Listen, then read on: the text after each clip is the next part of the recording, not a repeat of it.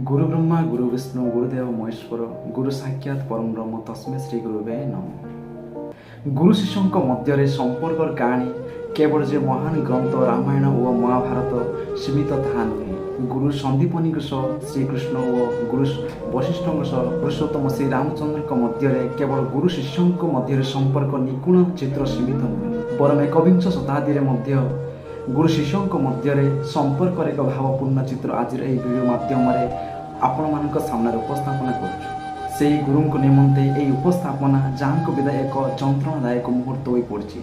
से गुरु निमंते यही उपस्थापन जी निज शिष्यों छाड़ी चली जा समय चित्र ही बयान दूचे जे गुरु जनक केते प्रिय थे निज शिष्य मान चंदनरत शिष्य मान देखिले जना पड़े जे गुरु जनक प्रकृति में किए और किपर थिला निज शिष्य मान सहित संपर्क कौन से गुरु जनक प्रकृति शिष्य मान प्रिय थे जहाँ को विदाय अति जंत्रणादायक हो पड़ता। दर्शक बंधु आज वीडियो मु मुरलीधर आपण मानक मोर यूट्यूब चैनल को स्वागत एवं आपण सामने उपस्थापन करुछि एमिति एक कहानी। जड़े शिक्षक को एमिति एक विरल कहानी देखा मिलूँ गजपति जिलार गुम्मा ब्लॉक पोरडा ग्रामर आश्रम विद्यालय पोरडा। दर्शक बंधु से महान गुरु जनक होती विविजय महापात्र जहाँ गुण बखाणी भाग्य मध्यम संभवपर हो न पाए। निज व्यक्तित्व बल छात्र छात्री मान गहन से होती बापा माँ सब किसी पाखे शांत शिष्ट नम्र भद्र बड़ी केतक गुण जो केवल से छात्र छात्री मान निकट प्रिय थे ता नुहे से अंचल आखपाखे जो गाँ रही से गाँ लोक से अति प्रिय।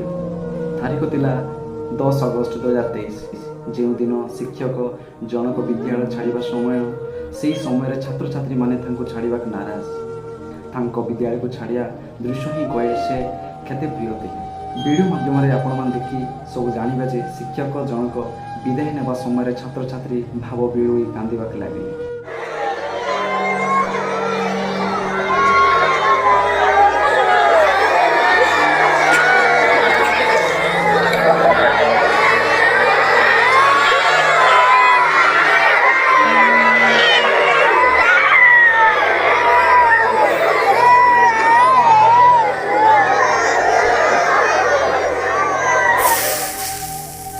यही विरल चित्र को आम देखा पाइबा जे शिक्षक बा गुरु होती समस्त ज्ञानर भंडार जी अंधकार रास्तार आलोकर पथ देखाती कंटकमय रास्तार पुष्पित पथ देखाती से होती गुरु। से गुरु को निकट में शिक्षा लाभ करने भी जड़े छात्र गौरव अटे। ये वीडियो उपस्थापन कर लक्ष्य केवल या जे जड़े गुरु जदि सब गुण अधिकारी होता तो सम्मान आपे आपे मिलता है।